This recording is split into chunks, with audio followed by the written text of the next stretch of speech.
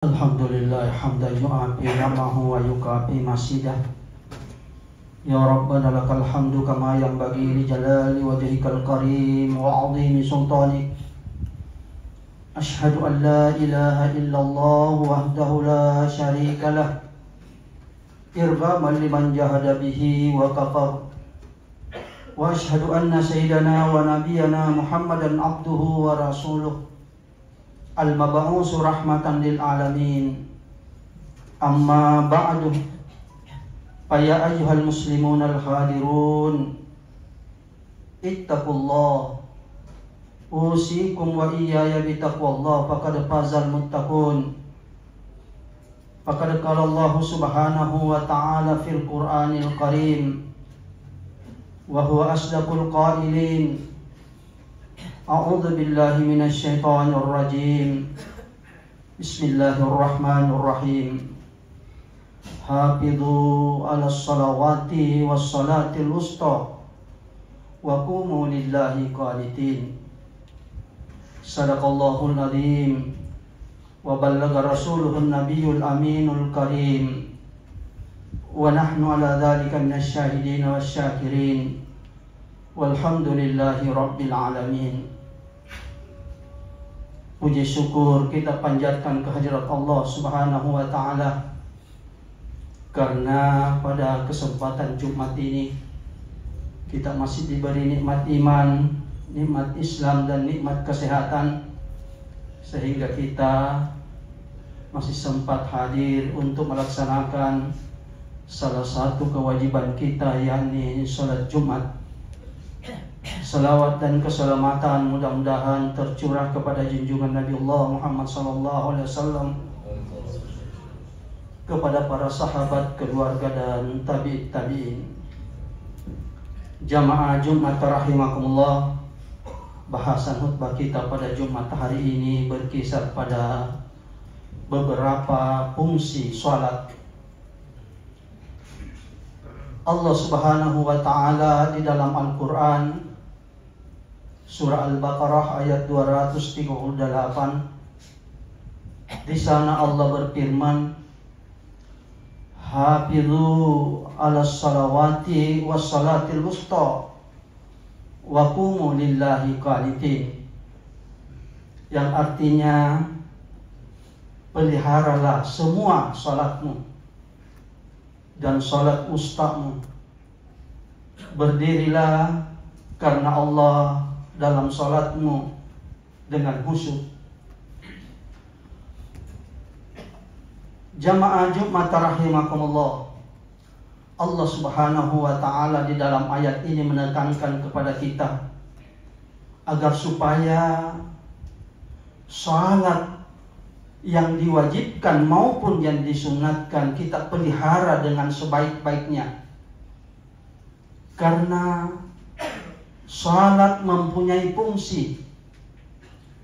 Jadi salat yang diwajibkan kepada kita, Allah memberi amanah kepada kita. Yang pertama, untuk menjaga orang yang melakukan salat itu dari perbuatan keji dan mungkar. Di dalam Al-Quran surah Al-Ankabut ayat 45, di sana Allah subhanahu wa ta'ala berfirman, Innas salata tanha anil fahsya'i wal munkar.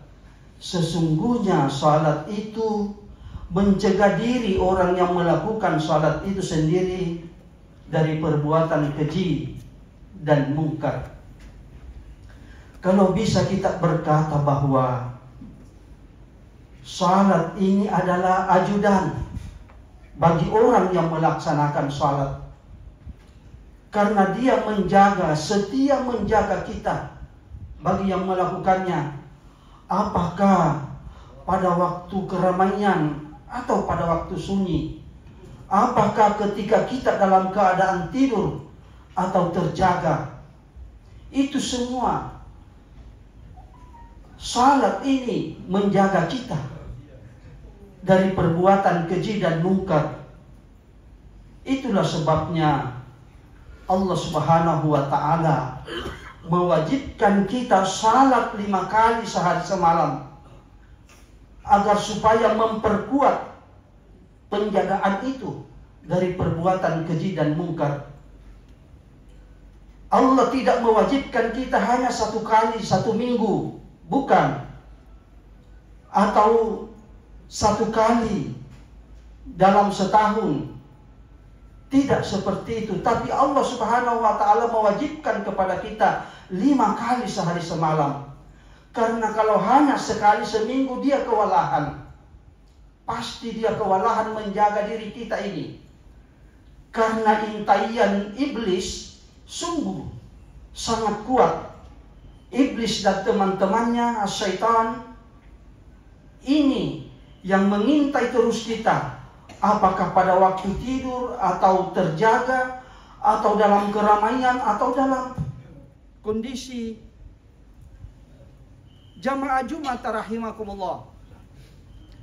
Itulah sebabnya Allah Subhanahu wa ta'ala mewajibkan kita 5 kali sehari semalam untuk melakukan salat. Karena dia akan bergantian untuk jadi piket. Jadi salat ini sebagai piket bagi kita. Dia piket. Kita bisa melihat ketika duhur, tugas duhur itu sampai asar.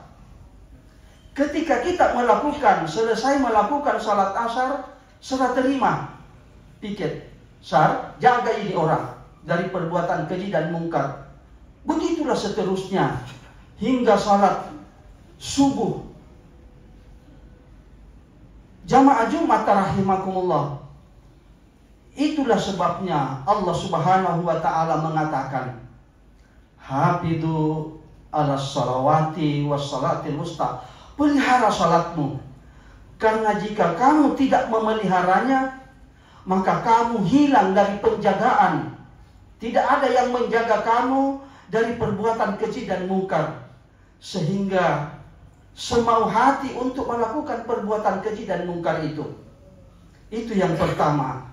Sebagai fungsi salat yang diutus oleh Allah Subhanahu wa ta'ala kepada hambanya, orang mukmin. Yang kedua, salat ini adalah pencuci dosa. Di dalam hadis Rasulullah SAW yang diriwayatkan oleh Imam Muslim, Rasulullah SAW bersabda, "Ara'aitum law anna nahara bi babi ahadukum yagtasilu fihi kulla yaumin." Yang artinya begini, Rasulullah SAW mengatakan, seandainya ada di antara kita ini, persis di depan pintu rumahnya ada air yang mengalir, lalu dia mandi 5 kali sehari semalam, apakah orang yang seperti ini masih memiliki kotoran di badannya?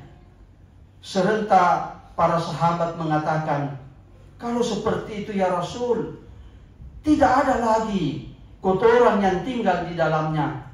Lalu Rasulullah SAW mengatakan, kamislis salatil hams yamhullahu biha khataya. Begitulah fungsi salat ini yang diwajibkan kepada kita 5 kali sehari semalam, mencuci dosa-dosa bagi orang yang melakukannya. Dan Allah Subhanahu wa ta'ala membersihkan dari dosa-dosa. Namun Allah Subhanahu wa ta'ala membatasi kekuatan salat. Dia hanya mampu mencuci dosa-dosa kecil. Dosa-dosa besar tidak mampu untuk digugurkan. Dosa besar hanya mampu gugur jika kita taubatan nasuha. Jamaah Jumat rahimakumullah, di lain hadis Rasulullah SAW mengatakan kepada sahabatnya, tahukah kamu di mana Allah Subhanahu wa ta'ala meletakkan dosa ketika kamu melakukan salat? Sahabat tidak ada yang tahu. Lalu sahabat berkata, Allahu wa rasulahu a'lam. Allah dan Rasulnya yang maha tahu. Lalu Rasulullah SAW berkata, jika kita salat, Allah Subhanahu wa Ta'ala meletakkan dosa-dosa itu di atas kepala dan di dua pundak. Jika kita ruku dalam salat dengan tumaknina, jadi ada rukun di dalam salat itu, semua gerakan dia ikuti, namanya tumaknina, tenang. Dalam keadaan tenang ruku, disitulah Allah Subhanahu wa Ta'ala menggugurkan dosa-dosa itu. Dan juga ketika kita sujud, Allah Subhanahu wa Ta'ala menggugurkan dosa-dosa itu dari kepala dan dari dua pundak. Itulah fungsi yang kedua dari salat ini. Yang ketiga, fungsi salat, Rasulullah SAW bersabda, as-salatu nurun. Salat itu adalah cahaya. Dari salat ini kita bisa mendapatkan cahaya empat cahaya yang kita bisa dapatkan dari salat yang kita lakukan. Yang pertama, cahaya wajah. Seorang yang setiap waktu melakukan wudu lalu dia salat, maka wajahnya bercahaya. Sekalipun dia sudah tua, tetapi masih bercahaya wajahnya. Bukan cahaya yang diperoleh dari kosmetik, tapi cahaya yang memang dipersiapkan oleh Allah Subhanahu wa Ta'ala untuk orang-orang yang melakukan salat itu sendiri. Yang kedua, cahaya yang kita bisa dapatkan dari salat adalah cahaya hati. Ciri orang yang memiliki cahaya hati dari salat, jika dia mendengarkan nasihat, dia cepat menangkap. Kalau nasihat itu berupa perintah, maka dia sabar melakukannya. Sami'na wa ata'na. Tetapi jika itu adalah larangan, maka dia bersedia untuk menjauhinya. Itulah ciri hati yang sudah bercahaya di dalamnya karena bersumber dari salat. Kemudian yang ketiga, cahaya kubur. Kuburan adalah tempat yang tersempit dan tempat yang tergelap. Tetapi jangan khawatir, kita akan membawa cahaya dari dunia ini berkat adanya salat yang kita lakukan dengan baik dan benar. Tumaknina namanya. Karena ada orang yang salat terkadang kita tidak tahu bedakan mana rukuknya, mana i'tidalnya, mana duduknya, mana sujudnya. Dan orang yang seperti ini bukannya beruntung dalam salat. Allah Subhanahu wa Ta'ala mengatakan, fawailul lil musallin, siksa bagi orang yang salat, yang lalai dari salatnya. Itulah cahaya yang ketiga. Kemudian cahaya yang keempat adalah cahaya hari kiamat. Malaikat cepat mengenal orang-orang yang melakukan salat dengan kontinu. Kenapa? Karena semua yang terkena air wudhu ketika salat itu keluar cahaya. Keluar cahaya dari wajah dan kepalanya, keluar cahaya dari tangannya, keluar cahaya dari kakinya. Sehingga dalam satu riwayat dikatakan bahwa malaikat mengamankan hamba-hamba Allah secepat itu, dan dia tidak merasakan huru-hara dunia ini. Oleh karena itu, jamaah Jumat rahimakumullah, sekali lagi Allah Subhanahu wa Ta'ala mengatakan, hafidhu ala salawati, peliharalah salatmu, karena jika kamu tidak memeliharanya, maka akan kehilangan cahaya, baik cahaya wajah, cahaya hati, cahaya kubur, dan cahaya hari kiamat. Barakallahu li wa lakum fil Qur'anil Karim, wa nafa'ni wa iyyakum bima fihi minal ayati waz zikril hakim. Aqulu qawli hadza wastaghfirullah li wa lakum wa li sa'iril muslimina wal muslimat fastaghfiruhu innahu huwal ghafurur rahim.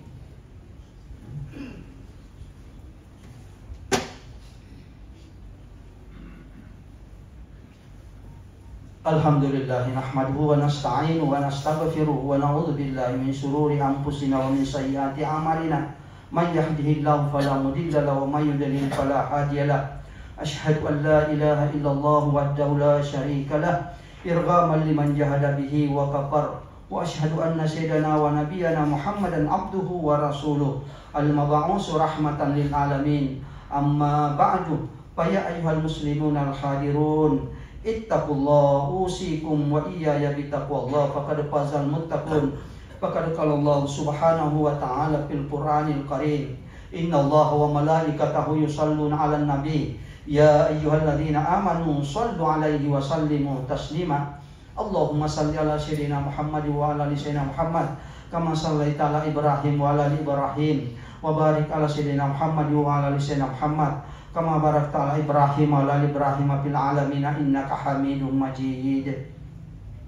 Allahumma izzil Islam wal muslimin wahlil kafarata wal musyrikin wa dammir a'da'aka a'da'ad-din. Allahumma ighfir lil muslimina wal muslimat wal mu'minina wal mu'minat al ahya'i minhum wal amwat innaka sami'un qaribun mujibud da'wati ya qadiyal hajat. Allahumma arinal haqqa haqqan warzuqna ittiba'a wa arinal batila batilan warzuqna ijtinaba. Rabbana hab lana min azwajina wa dhurriyyatina qurrata a'yunin waj'alna lil muttaqina imama.